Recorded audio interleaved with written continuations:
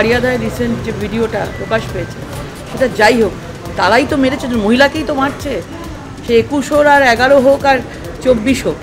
আজকে মানে লজ্জার কথা, মানে মহিলাদের, একজন মহিলা মুখ্যমন্ত্রী হয়ে মহিলাদের মান সম্মানটা কোন পায়ের তলায় নিচের দিকে নিয়ে গেছে। ঘনিষ্ঠ জয়ন্তের একের পর এক অত্যাচার ফাঁস, দায় এড়ানোর মরিয়া চেষ্টায় মদন। জেন সিং বা এরা কিন্তু নিমিত্ত মাত্র, এদের পেছনে বড় থাবা রয়েছে, সেটা হচ্ছে প্রমোটার। তুমি বলছো আমার শিষ্য, আমার তো ভয় লাগছে আমাকেই না গুলি করবে।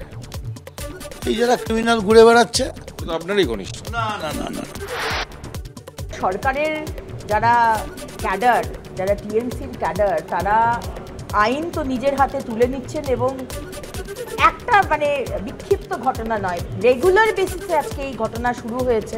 মমতা ব্যানার্জির তরফ থেকে কোনো স্টেটমেন্ট নেই, সরকারের তরফ থেকে কোনো স্টেটমেন্ট নেই।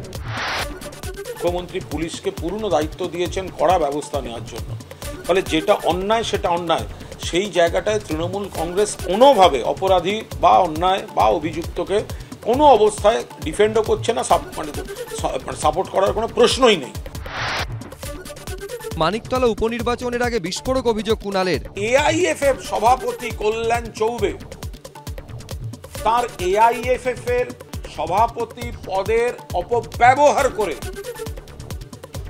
তিনি আমাকে প্রস্তাব দেন, তার হয়ে কাজ করলে তিনি আমাকে ক্রীড়া ক্ষেত্রে রাজ্য বা জাতীয় স্তরে কোনো বড় পদে নিয়ে যাবেন, অ্যাকোমোডেট করবেন।